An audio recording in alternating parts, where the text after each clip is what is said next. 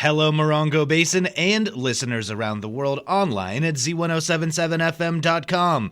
Here is the Z107.7 local news for Thursday, April 6th, 2023.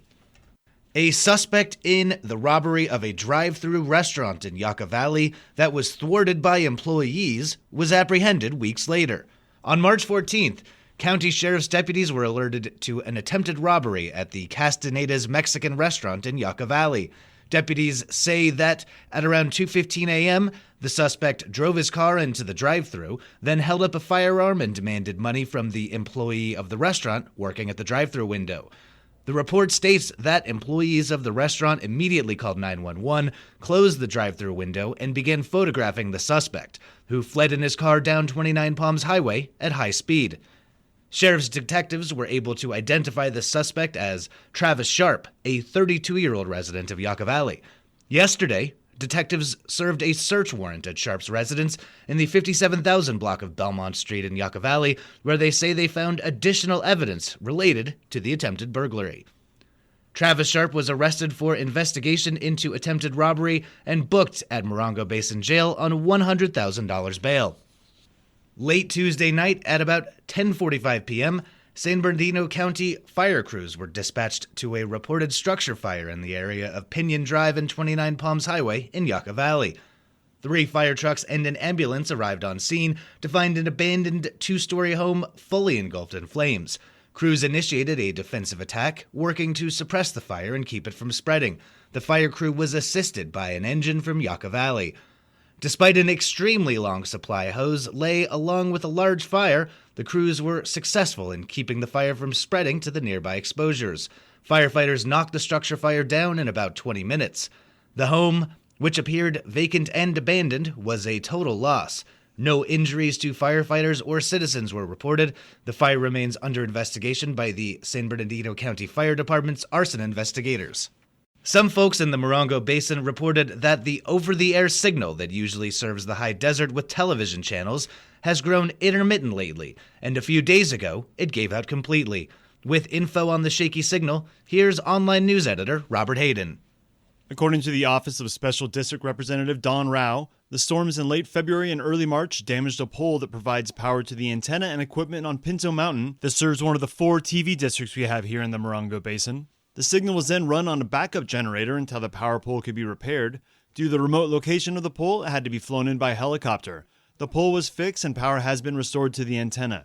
While Z107.7 FM has no control over your television signal, we do know a great alternative the next time your TV goes on the blink. Flip that radio dial to 107.7 FM and we'll keep you up to date on whatever's happening in the Morongo Basin. Reporting for Z107.7 News, this is Robert Hayden. The Morongo Basin Transit Board of Directors are holding a special meeting this afternoon. After a closed session, the board will consider adopting updated bylaws, the approval of a land transfer agreement with 29 Palms, awarding a security surveillance contract to AIS, and more. Today's meeting is open to the public and begins at 5 p.m. at 62405 Verbena Road in Joshua Tree. The town of Yucca Valley has 2 vacancies for commissioner positions. Yucca Valley is accepting applications from residents and interested individuals to serve as a Revenue Measure Oversight Commissioner or a Yucca Valley Planning Commissioner.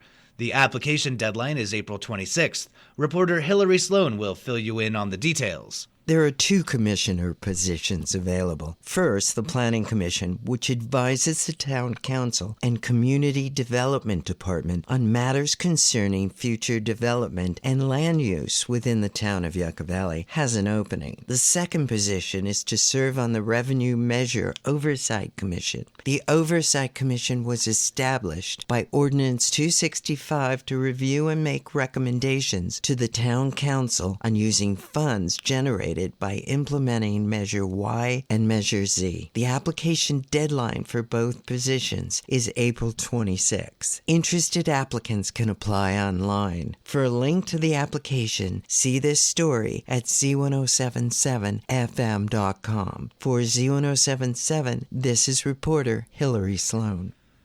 Anyone spotted using a telephone or device while driving will be ticketed, and the 29 Palms and Yucca Valley Police Departments have announced they are cracking down on the troublingly prevalent trend. April is Distracted Driving Month, and the High Desert Police Departments have announced a focus on ticketing drivers who are dividing their attention.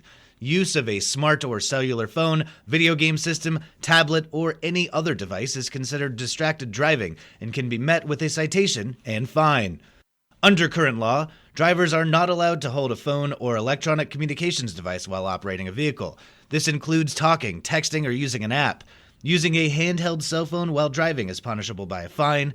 Violating the hands-free law for a second time within 36 months of a prior conviction for the same offense will result in a point being added to a driver's record. If you have an important phone call, text, email, or are in a situation with other distractions, pull over to a safe parking spot.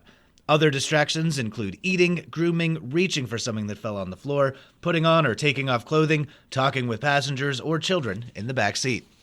Local artist Zara Khan celebrates the release of her Dada-inspired new magazine, A Dad Zine, this Saturday at Space Cowboy Books in Joshua Tree as part of Sun Alley Shop's second Saturday Art Walk. Assignment reporter Gabriel Hart joins us with a look at this weird event. This Saturday, April 8th, a release party for the inaugural issue of A Dad Zine will take place as part of the second Saturday Art Walk in Joshua Tree at Space Cowboy Books. A Dad Zine is a new mini magazine that pays homage to the Dadaist movement and features an assortment of absurdist art and writings by both local and non-local artists. Editor Zahar Khan feels it's a relevant time to revive Dada, as we've roughly reached the 100-year anniversary since its movement's quote-unquote demise. The zine's release party will be held from 6 to 7:30 p.m. in front of Space Cowboy Bookstore and will include a zine giveaway, finger food oddities, and an art performance featuring artists Venus Lovespell, Heather Morgan, and Kalina Hake at 6:57 p.m. This event will be free to the public. Reporting for Z107.7, this is assignment reporter Gabriel Hart. Easter is coming, and if you have younger peeps in your household, they are probably expecting something special in their Easter basket this Sunday morning. Online news editor Robert Hayden rejoins us with a reminder about keeping live animals separate from the sweet ones. There's no denying it, baby chicks and bunnies are super cute and are a normal part of spring, as nature reminds us that new life can return no matter how long winter can feel. However, those baby animals don't belong in an Easter basket as a novelty unless you plan on raising them to full-size healthy adults.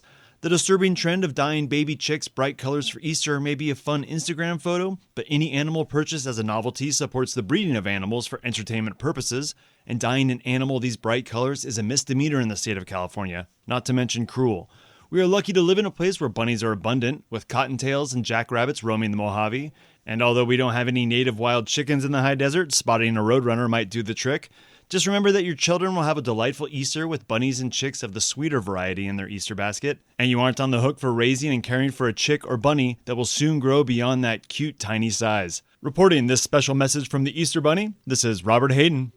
The 29 Palms High School Wildcat swim team swam against Desert Mirage High School yesterday. The swim meet was held at Coachella Valley High School, a last-minute change of venue as Desert Mirage's pool is under repair. Though the girls' team was down a team member, they still came away with a 63-50 win. The boys' team lost their meet. Several of the Wildcat swimmers lowered their times and set new personal bests.